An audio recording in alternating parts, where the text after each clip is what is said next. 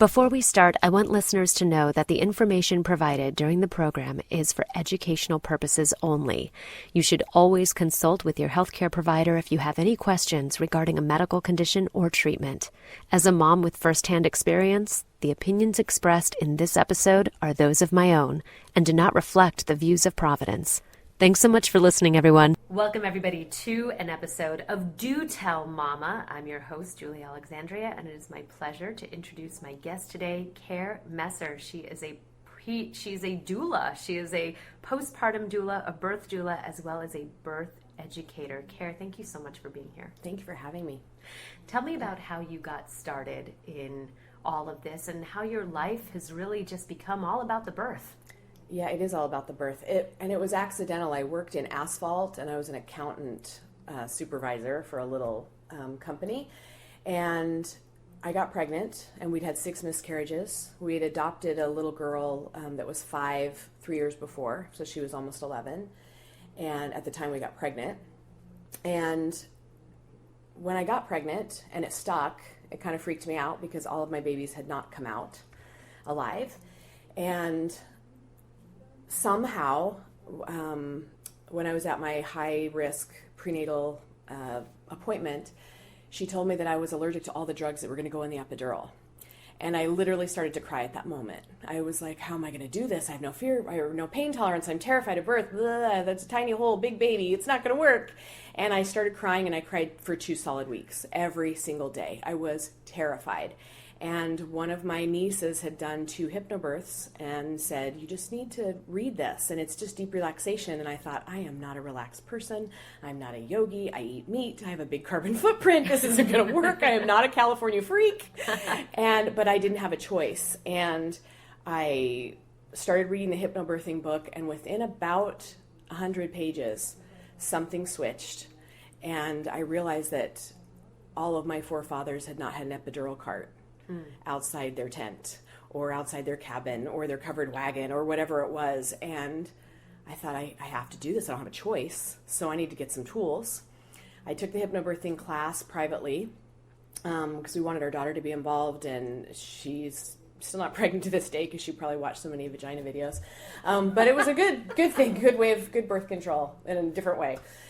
And when I went to call my hospital, very high-powered hospital, everything that I wanted on my birth plan, which was way too long of a birth plan it was a bad birth plan, she said no to everything. And I heard the charge nurse, because I call the charge nurse, kind of walk away from the desk, and she said, can I ask you a question? Do you want to birth in the hospital? And I said, yeah, like I'm cool with hospitals. And she said, I think what you were describing is you want to be in a birth center. And I went, no, I'm good with the hospital. And she said, well, my daughter and I left the hospital and we birthed at a local birth center with midwives in the water. And that was the first time I'd heard of water birth. And now I'm a water baby, and that was very curious to me. And she said it was beautiful and midwifery care was amazing. And I had never heard of that. I heard midwives were witches. That's what I grew up with. And so I was kind of freaked out by it. And she said, just go check them out. And when I walked through those doors and my feet hit those wood floors, I went, I'm having my baby here. It was just a knowledge of it. I didn't know how. My husband was like, no, you're not. He had an OB brother, and there was just no way that was going to happen. And I just said, something tells me this is the place. And long story short, I used all my hypnobirthing tools. I had a very quick labor, 6 hours start to finish. It was actually 5 hours and 58 minutes. It was not painful. I moved the way I wanted to move. I had my affirmations going. I had a doula that was doing soft touch on me.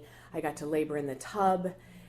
The midwives, the water heater didn't work, and I didn't know that. And so the water was getting cooler, and I wasn't getting out of the tub. I was not going to get out of the tub. And they boiled water downstairs in the microwave and hand carried it up for 4 hours for me, and I didn't know that. I just wasn't getting out of the tub. Like, these were incredible women. And I had 2 pushes. She was out, and it was the biggest high and euphoria I've ever felt. My older daughter was there, my husband was there, and I thought, why hasn't anyone told me about this? Why don't I know the power of my body? Why don't women know the power of their body? It shot the top off of my head, and I went, no one can ever say no to me again. Like, I get it now. why don't women know this? We are so full of fear, we can't even move forward with what our bodies were created to do. Like, I grew this baby. I grew her. Yeah. And I didn't know how to do it. It just did it. So there's some kind of innate power that we're taught about in church, that we grow up with, but then when it comes right down to it, no one gives us the actual, but you can do it, and it's going to happen. And how do you deal with the fear? Because I don't think we've always had that fear. Yeah, at what point do you think in history, you mentioned tents and cabins and, covered wagons, and it's true, people have been doing this since the beginning of time. That's how we're here. At what point, where is that harbinger of fear that just got thrown in there? Well, I think for us in modern medicine, it was because men were in charge of it. So they were doing everything. Even the studies were being done on men. And us not knowing about our own bodies, and them studying cadavers for our bodies. Even the woman's body in menopause is way different than it is in younger bodies. And we just didn't have knowledge. And that switched to, if we can control it, we can control the women. While I understand that, because it was intimidating, they didn't understand it, that's where it got into, we don't know enough.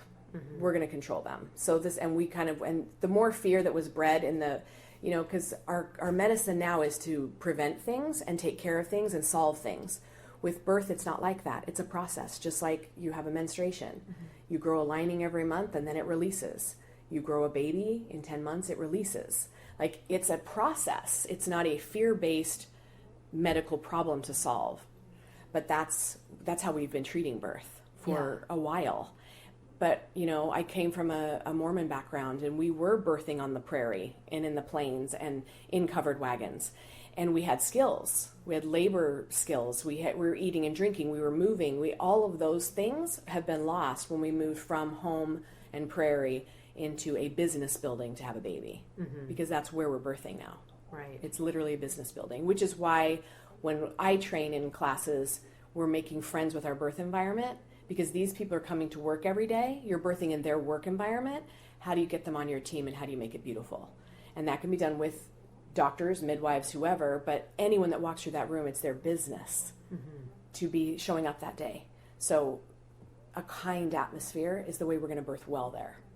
And how do you go about spreading the word, this sort of alternative means of having a baby? And it's crazy that we're talking about it as alternative means, but it's really just going back to the genesis of what it was like to birth a human. Absolutely. Well, we're so full of fear that we don't even go there. It's like, nope, they're going to take care of it. I was the same way. I literally thought, when everyone said, you're going to have a doula, I was like, what's that? And my RN across the street said, it just means I'm going to stay by you and turn the medicine up. And I go, great. If I don't feel anything, I'm so okay with that. She goes, oh, you'll be numb from the neck down. And I was like, perfect, because I was so scared. And we feel like if we numb out the experience, it's just better. The problem is that once we start on that road, it's a cascade of events that can take a turn for the worse, and that can be traumatic. We can't prevent that from happening once we start the intervention. And there are ways to embrace an intervention if it's needed so that we don't have trauma around it. Because what we don't understand and what we're not being taught is that it is not our birth. It's our baby's birth. They get born one time. They are just like a chick, because we are mammals. What they come into is their first impression of the world. The problem is it also starts at conception. So how we are baking a baby is how we're forming their personality and how they're going to relate to what's on the outside. So if we are baking them in love and comfort and joy and expansion and so excited you're coming, they're like, oh, this is a good place. I'm ready to put my roots down. And if we are baking them in, this is terrible, everything is scary, I don't know what I'm doing, blah, blah, blah, which we're going to have moments like that, of course. But if that is our predominant thing, these babies have their guard up as soon as they walk in. And if they come into a room that is filled with terror and worry and anxiousness, that's their experience with trust. Oh no, my kid is, there's no hope for my baby. Well, I will say, I baked my baby in, I'm going to lose you, you're going to die. And it was every day, I was like, wait, when you've had loss, you're checking your underwear all the time for spotting. You're every time you go to the bathroom, you're looking for spotting. You're always looking for what's going to happen next. You're not baking a baby in joy by any means. And it was the hypnobirthing that switched me into, I need to connect with her. I need to give her a name. I need to make her a quilt. I need to plan on her showing up. And even if she doesn't show up and choose to stay or whatever, she had a beautiful experience while she was with me because she's still a soul and she's still here. And that was my game changer, was switching into bonding with her. Now I know all the research and the science behind it, and it's fantastic. It even goes back epigenetically. If we are in a state of fear 3 months before that egg comes to the surface, the egg that's going to come to the surface is the one that can survive that.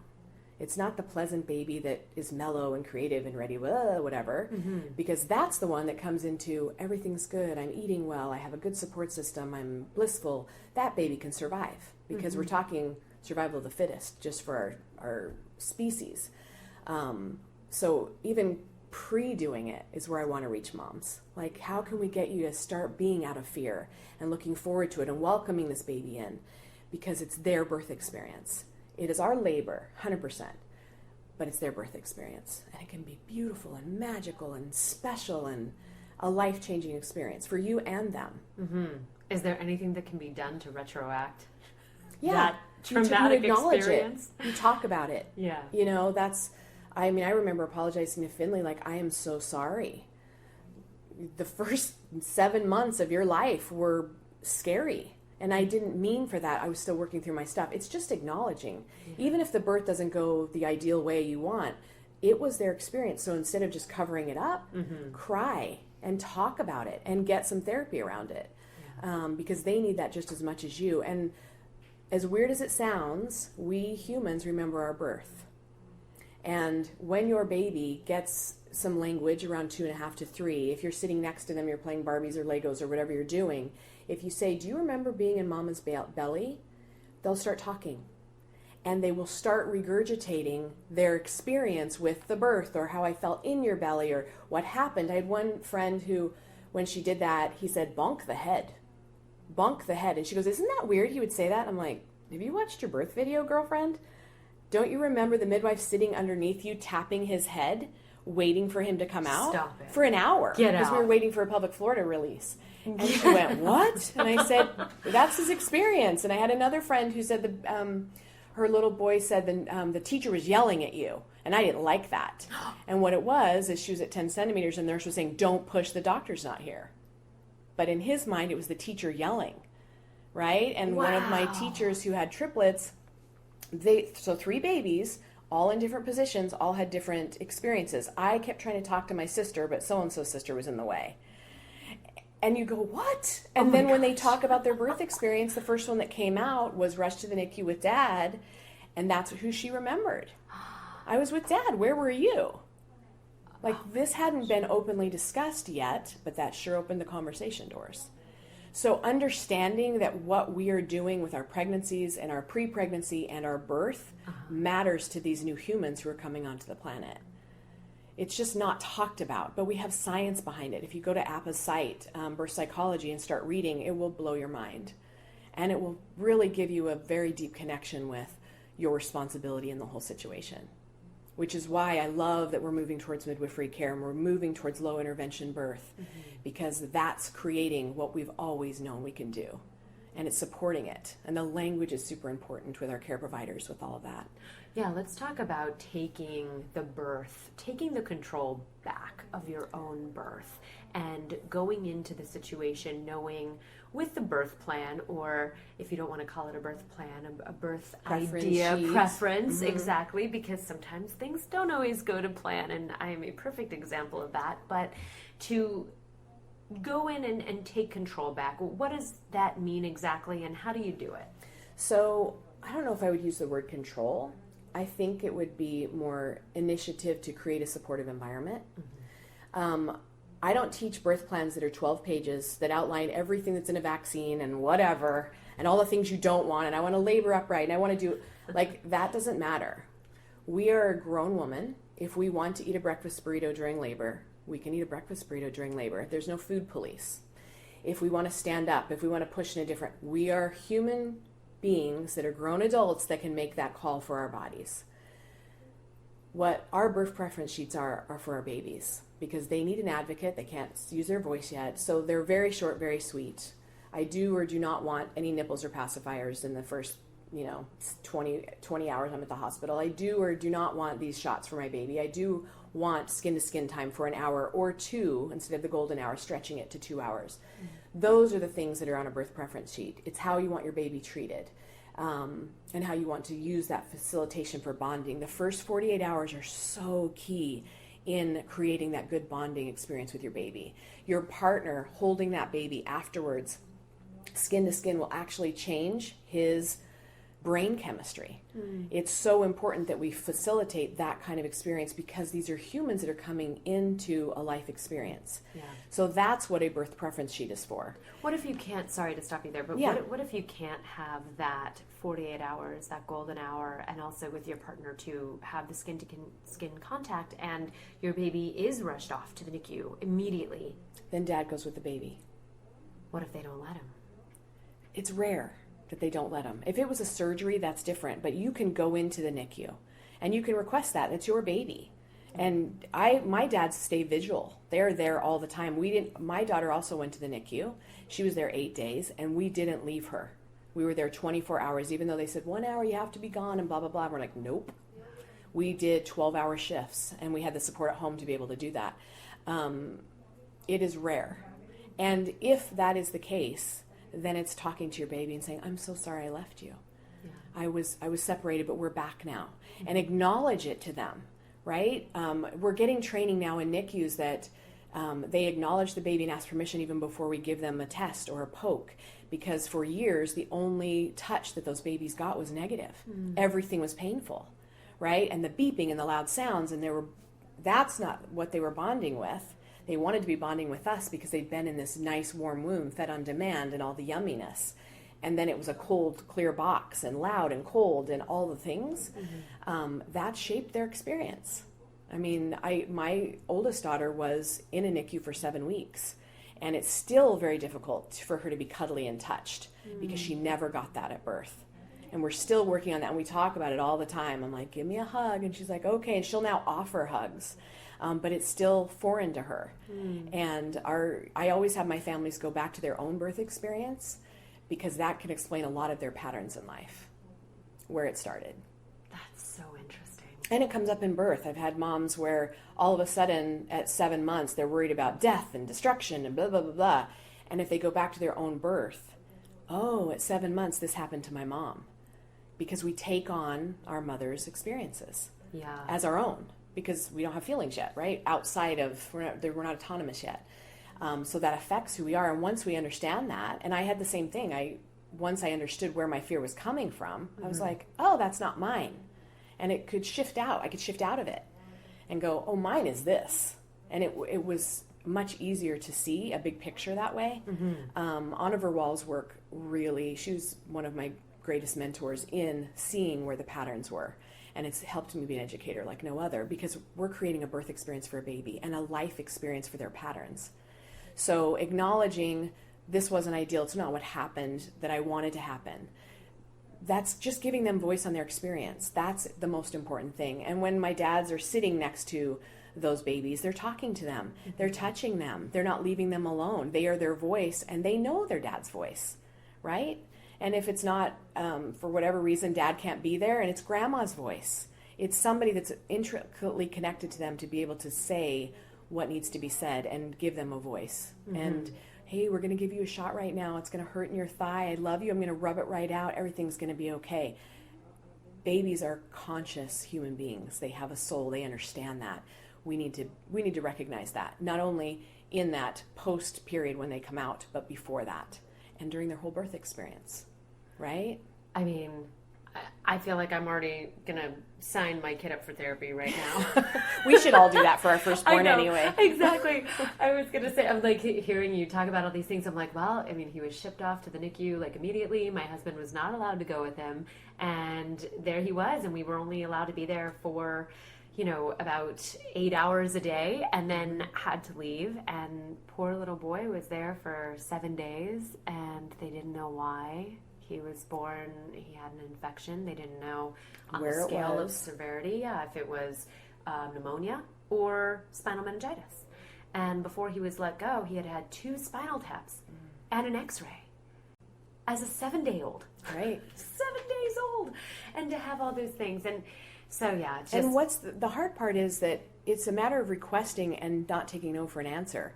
But nobody gives us that information. Right. You know, babies, it's proven that babies do better when they're getting kangaroo care with their moms and dads. And it's proven that they have better results when they are getting fostered in love and connection and yumminess. Their music, their touch, their, you know, us just being there, our presence. But there's a lot of rules that we have to go. I mean, even Children's was like, nope, you can't. And I just said, well, I'm not leaving. And I'm sure the things that were running through their heads about, oh, this mother. And I'm like, nope. I said, I'll plug my ears. I said, we can move to the hallway, but when you guys do rounds, but she will not be left. And what I went back to is I was left. My birth experience, I was shipped into the NICU for 2 weeks with jaundice, no touching. My mom could see me 2 hours a day, feed me through a hole. And I was like, oh, no wonder that was so important to me. No wonder skin to skin was all encompassing, and I demanded 4 hours of it, which I was given that at the birth center. It wasn't even a demand. I was just like, I have to have it. They're like, no problem.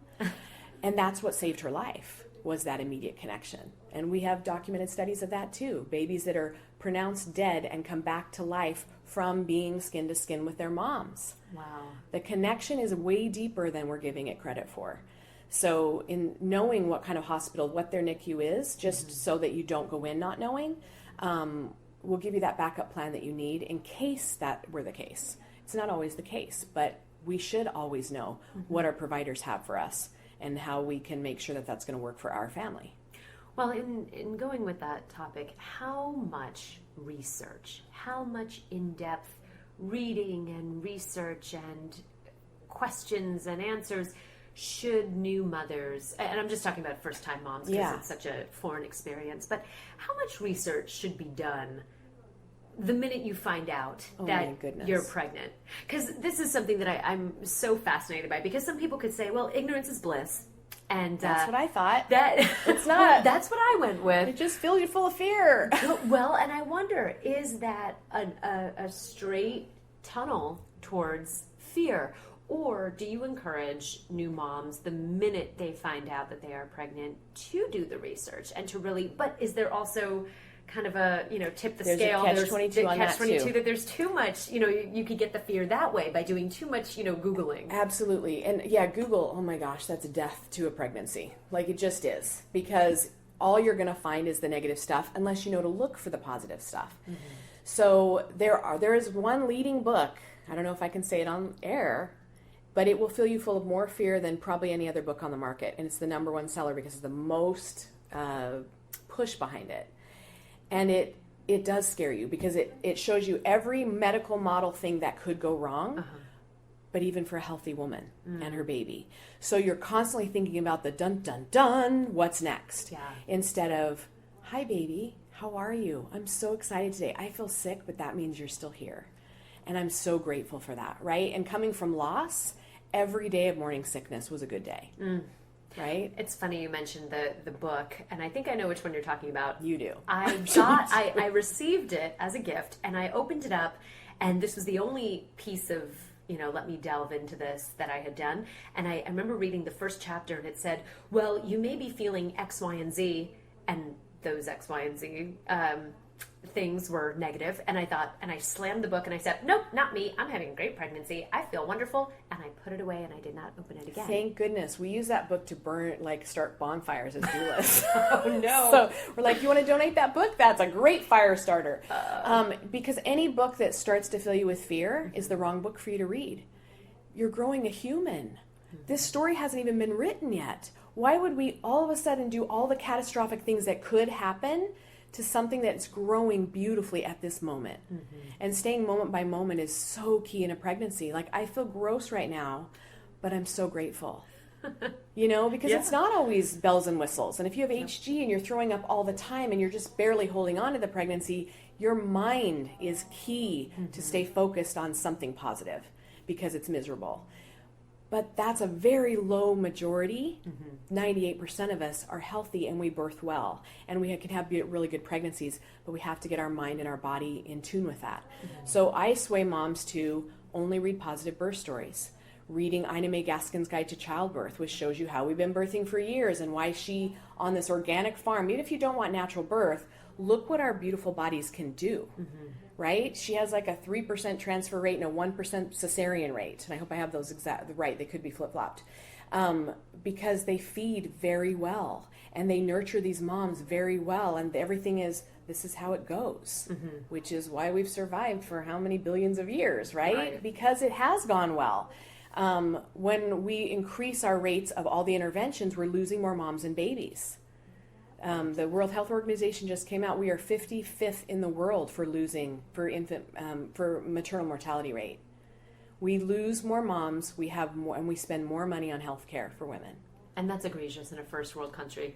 I mean, you think we're of going America, backwards. Yeah, that's really sad. You know, if that was a Fortune 500 company, we'd shut it down and start over. Right. Like it doesn't make sense. Right. So when we go back to our bodies are healthy, our babies are healthy. Let's start putting positive birth stories in. Let's start loosening up and looking at the fear. We're scared to fail. We're scared not to do a good job. We compare ourselves to everyone on Instagram, which is a crock load, and we all know that, but it feeds our minds, right? I have to have my postpartum body back, so I have to do this. Well, I can't breastfeed because then my boobs will hang. Here's the news. Your boobs are going to hang because of pregnancy. It doesn't matter if you breastfeed or not. Those are our hormones. That's what's happening, right? Yeah.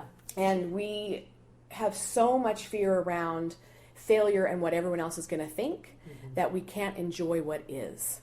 And it's the moment by moment. We always have a choice. I can be super pissy and angry about this, or I can choose to love and stay in a positive mindset because my baby deserves that. And shifting from maiden to mother is a very big deal that nobody gives a woman credit for. It is huge. It's huge. It's a whole nother identity. We are leaving a whole life.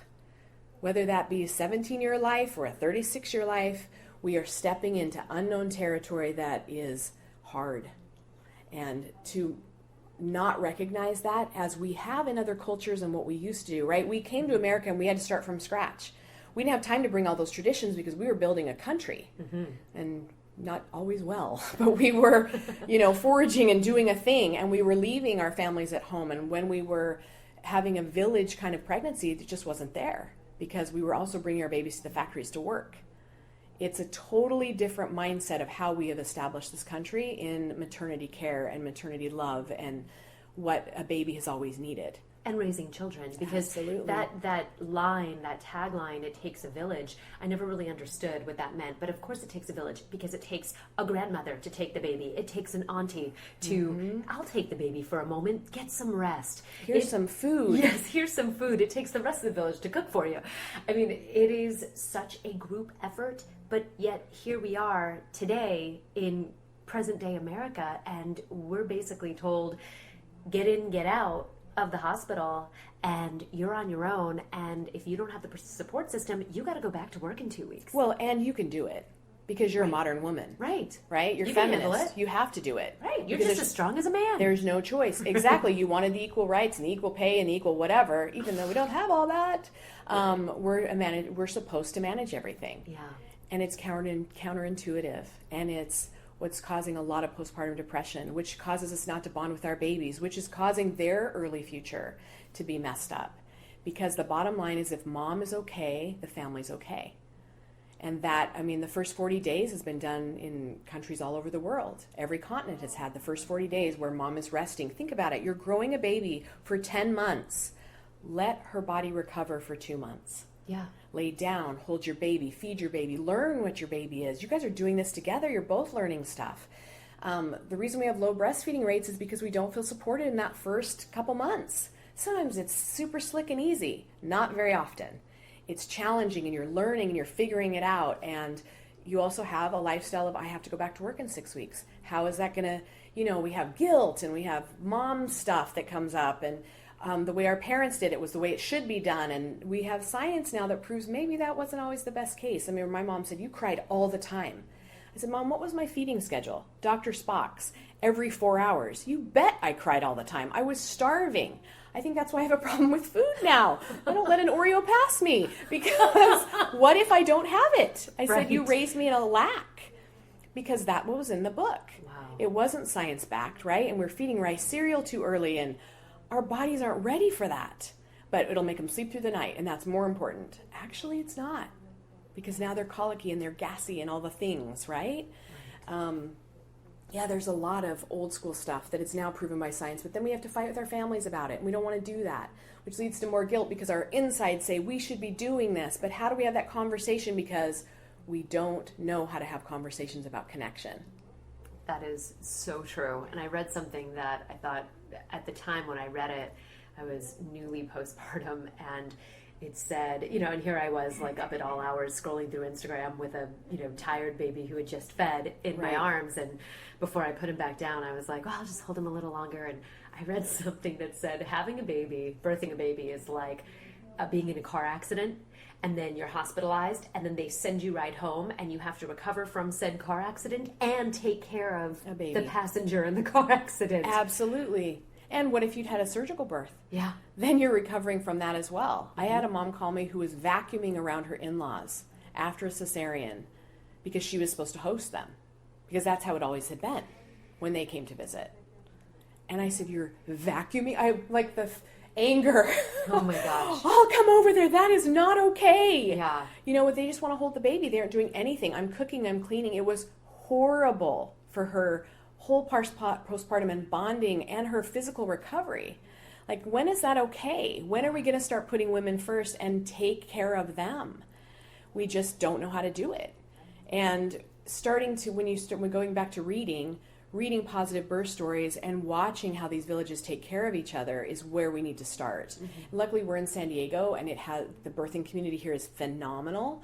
Like, when the military moms come in and they're nervous, I'm like, no, you're in the best place you could be. We take care of each other. We have everything. So we are very fortunate, and in some places in the country they are not, but you have to figure out how to build a system and ask for help. And we don't know how to surrender to that. Nope. That is the hardest thing. I remember going grocery shopping with a 2-month-old, and I couldn't even bring myself when the bagger and the checker would say, would you like help out? Because they saw me with a little baby, and I said, no, I could. And it was almost like it was an automated response, because I just said it, but in my mind I was thinking, oh God, yes, I would like help, because I just want to figure out how to put this kid in a car seat, because I haven't even mastered that yet. Yep. And I don't want to have to worry about picking up heavy groceries and putting it in the back of the car. But my mouth said, no, I'm okay, thank you. Mm-hmm. And in my mind I was like, I could really use the help. Yep. And I get it. I have a handicapped daughter who's a quadriplegic, and people will say, can I, let me get, and I'm like, no, I got it, because I'm so used to doing it, because most of the time I don't get help. So when I am offered help, I'm like, no, I have to show how strong I am. And inside I'm like crying that they actually offered. And I'm like, why am I not taking that? I teach this. Yeah. But we are supposed to be, I'm a single mom now. We're supposed to be strong. We're supposed to be independent. We're supposed to be able to do everything. And I'm like, I'm not even surrendering into the love that I require my families to do. And so I would say the last 2 years, I've been working on that. Every time I'm asked, I'm like, yes, thank you so much. Because the problem is people don't offer anymore. They see you struggling with a crying toddler, and they walk past like, ugh, I hate those kids. Yeah. And I'm like, do you realize that she's been up for 3 days and this kid's been sick and they're all dehydrated, and nobody thinks about that. They just pass judgment and walk off. In the old days, it wasn't like that. It was, let me take your, baby for you for a minute. Go get your shopping done. Like, that's village mentality. Yes. And we have to offer it as well as, accept it when it's offered. Yeah. But the mindset needs to be positive from the beginning of, how do I create a beautiful experience? A lot of us have worked really, really hard to be pregnant. We had loss after loss. Or it wasn't the right time for our business or our lifestyle, or we were waiting for a husband or whatever it was. And those babies, they're coming into our families on purpose. Mm-hmm. And they deserve something beautiful, even when it's not going ideally. I mean, because you can't plan ideal. You just can't. No, life happens. Can't. But you always have a choice to switch it to, ooh, that was a tough one. Baby, that wasn't your fault. I'm really sorry I'm upset right now. Let's get back to thinking of that nursery rhyme or listening to that music or whatever. You have that that chance and opportunity early, after they're born, and through their life. Absolutely. When I found out I was pregnant, I was newly engaged about 2 months, and we thought it was going to take a while, just because we were like, oh, let's just go ahead and pull the goalie, because, you know, our wedding's not for another 7 months, and then after that, you know, well, who knows how long it will take. And bam, Baby's in. baby is there. And when I got the positive test result, I was honestly really bummed, because I thought I was so vain in that I was like, the wedding dress of my dreams is not going to fit, because I will be 5 months pregnant.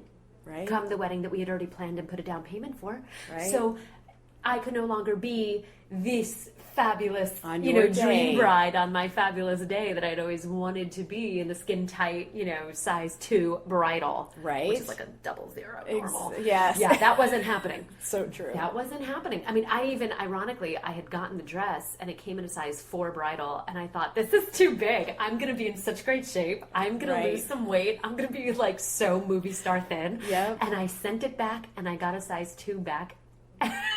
And then I found out I was going to be 5 months pregnant. Like, and I need a maternity panel. Can you figure that out? I'm changing it into an umpire waist. Just a mess. And by the way, Google, if you ever want to like be really depressed, Google maternity wedding dresses. It's not cute. It's not cute.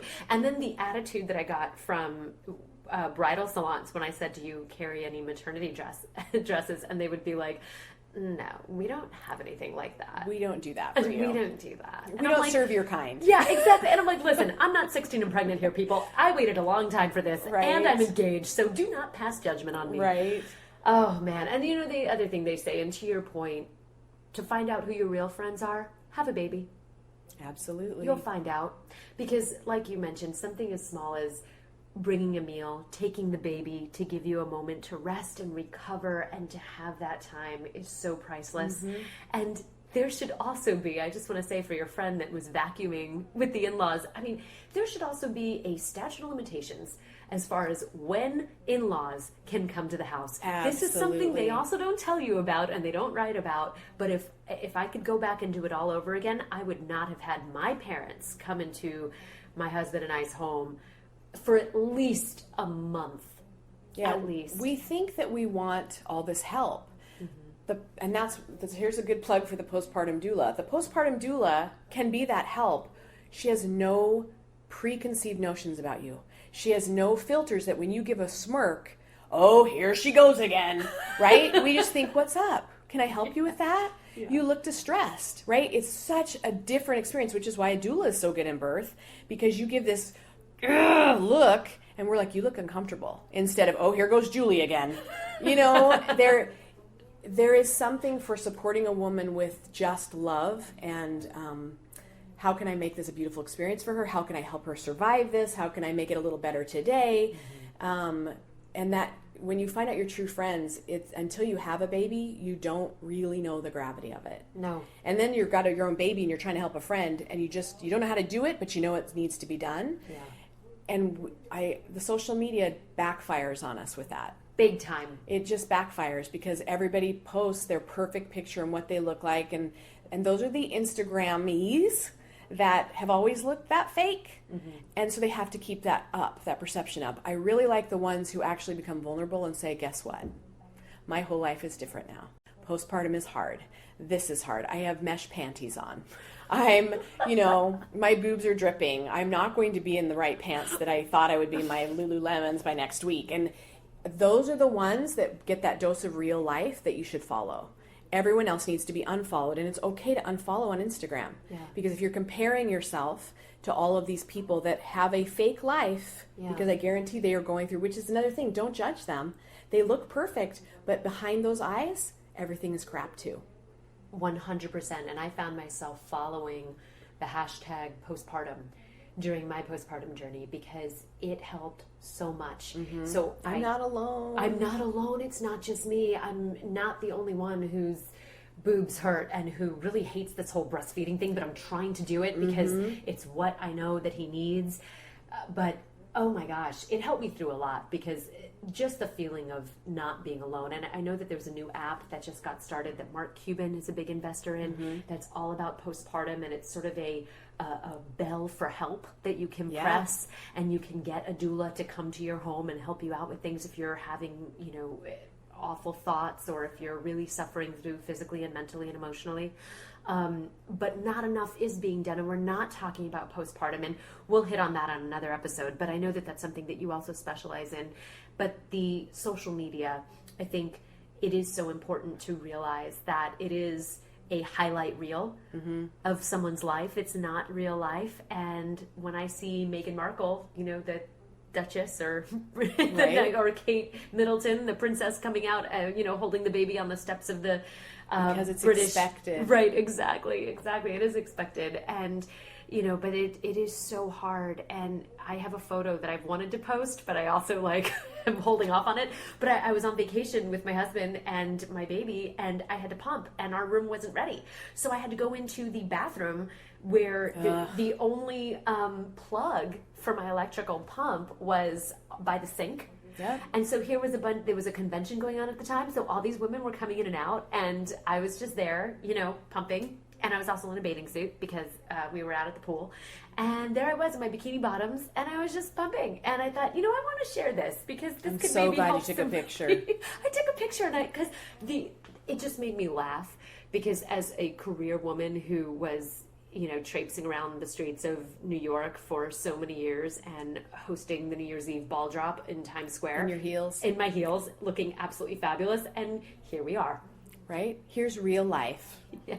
And that's one of the things that the reason I really, really push in-person classes, because we're so used to, we have a new generation now. They've done half of their education for college online. So they think, I can just do birth education like that. And this is a human experience. We need connection. We need to know that we're not alone in it. So we actually do need in-person classes, because somebody's going to ask a different question than you would think of, and you're starting to bond with people who are going to have babies your same age. It's very important, 100% important. And when I have people that have just taken an online class and then they're like, I'm good. I'm like, we're not prepared. You're not prepared. But if they come into a class, they're like, I didn't get that. Oh, that makes sense. Oh, it puts all the pieces together. And I see them come, sometimes they come into class and they're corporate and they look beautiful and they're all dressed up. And some people come in there casual and stuff like that. But what's really happening in that room is it doesn't matter what you're wearing on the outside. You're having the same nervous feelings as every other person in that class. And the dads are feeling just as worried and anxious about how am I going to provide, protect, and whatever with this whole experience. And now she's pushing me away and we're not intimate and I don't know what's going on and I feel disconnected. Every single person in that class is going through that. And we talk about that. And when you go into a breastfeeding support group and somebody looks amazing, they didn't get sleep either. And they're bottle feeding because there's no milk supply. Or they're bottle feeding because they had a double mastectomy and that's donated breast milk and you're judging them thinking it's formula. You cannot judge anyone else's story. And I think if we find that compassion in an in-person class first, it carries over to postpartum, because we realize all of us are going to go through this. And one thing I do after my classes is I connect them all through email so they can share their birth stories and they can say, hey, how's everybody doing? And what's going on here? And I don't know. And I really love little Jack, but I'm not getting any sleep. And that is connecting everybody with, I'm not by myself, and we can reach out and we can go to the park together because that's your village.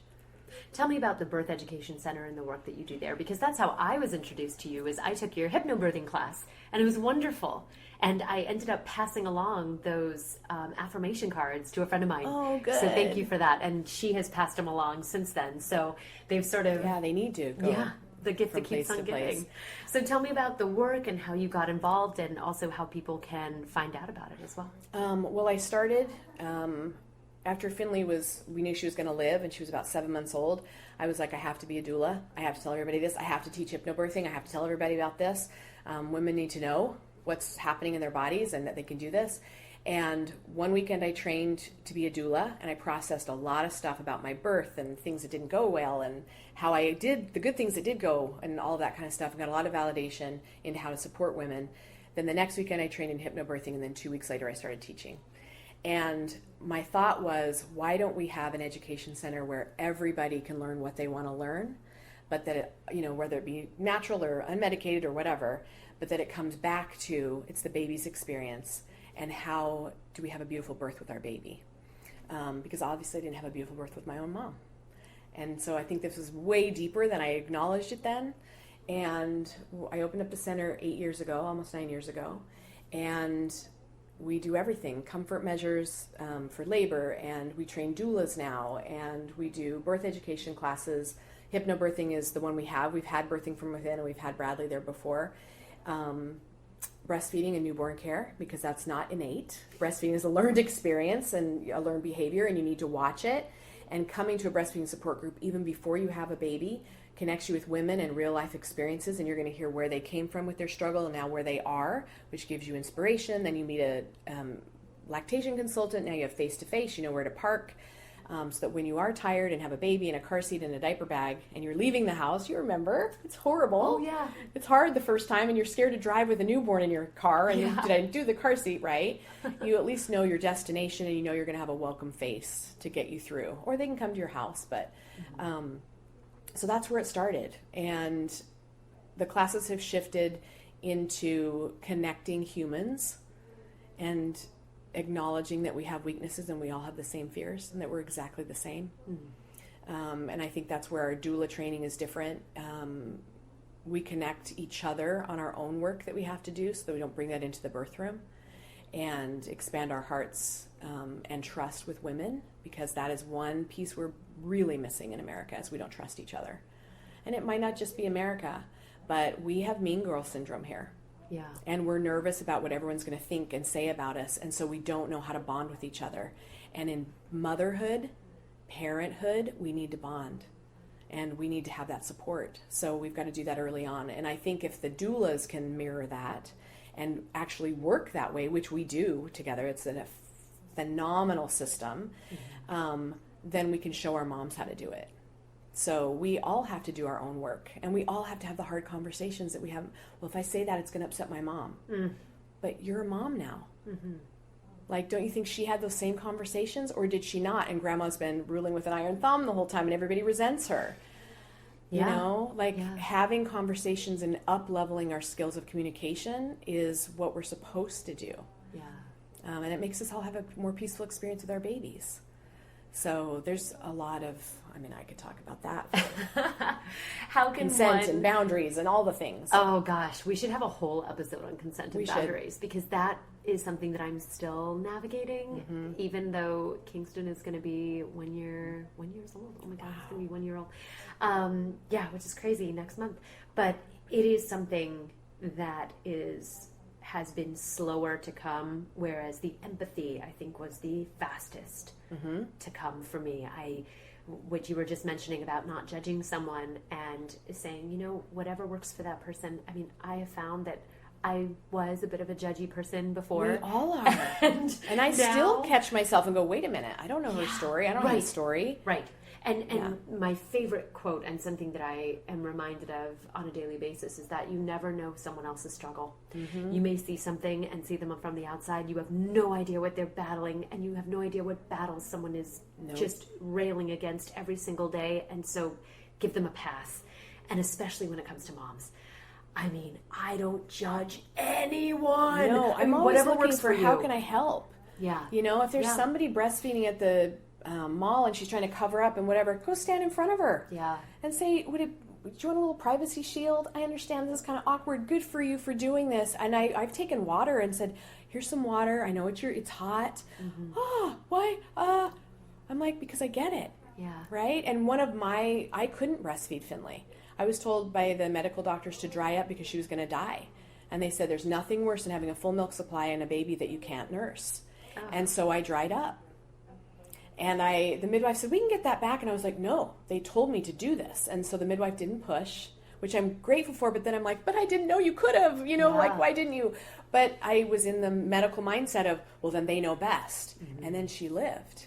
And it's still to this day, the one thing that I go, I could have done that. And I wish I'd had the struggle or the chance to try it. because I didn't get that opportunity. So I think that's why I support breastfeeding so heavily, because we always support what we, right? Of course. We didn't get what we wanted. where the deficit is. Right. What if somebody is not lucky enough to live in San Diego to attend your courses? How can they find you either online or watch your videos, and how can they have access to you if they don't live really obnoxious videos. Those are really fun to make. I love your videos, by the way. I think they're fabulous. It depends on the day. It depends on my mood, but they can find us Birth Education Center at Instagram. On Instagram, they can also follow me personally, Care Messer, on Instagram, Birth Education Center on YouTube. We try and put out weekly videos, as well as we want to connect you to people in your own area. So I get DM'd from people all the time, like, I'm in Alabama and blah, blah, blah. There are doulas and midwives in your areas. Like, reach out to the home birth midwives. They're going to know who if you have to birth in the hospital, even though you want a water birth, they're going to know who the best providers are. So we're the doulas. So, because we work with them all the time, right? And if there's a hospital that might not be the best one for you in your mind of what you want, then we're going to find you the way to stay home and labor the longest, so that you go in there pushing, let's have a baby, or when you're in there, you know how to find your voice to say, that's not going to work for me, and to be heard in a different way. Because I don't care where you're birthing, especially in a hospital, you need to work as a team. And finding your care provider early on that's going to support what you want is absolutely key. And then getting education. So yes, while online education is not ideal, if you need to take some online classes but then get in person in your area, that's key, because they know your birthing system. That's going to give you more power and control. And honestly, the only control you're going to have in your labor and your birth is what you choose to feel in the moment. You can't control the outer circumstances. Just like when you get on a car and you're driving on a freeway, you can't control all the other drivers. You can control what you're doing in that moment, and if someone sideswipes you, what are you going to do in that moment? Right? Yeah. So that is your control. How do I choose love instead of fear? All the time. And we have several videos on fear and choosing that, lots of blog posts. But that's the key thing. I'm going to choose love over fear. And it's a mindset, and those are YouTube videos, and those are Wayne Dyer books, and it's a mind shift, right? But it'll help you be a better parent. Absolutely. Turn your fear into love. Care Messer, thank you so much for being here. We appreciate your wonderful stories and your experience, and tell us once again where people can find all of the work that you do. Thank you. Instagram at birtheducationcenter.com, birtheducationcenter.com, and online on YouTube. Excellent. This has been an episode of Do Tell Mama, and do tell, Mama, because we want to know. We will be back with another episode very soon, so check back with us. Thanks so much for listening.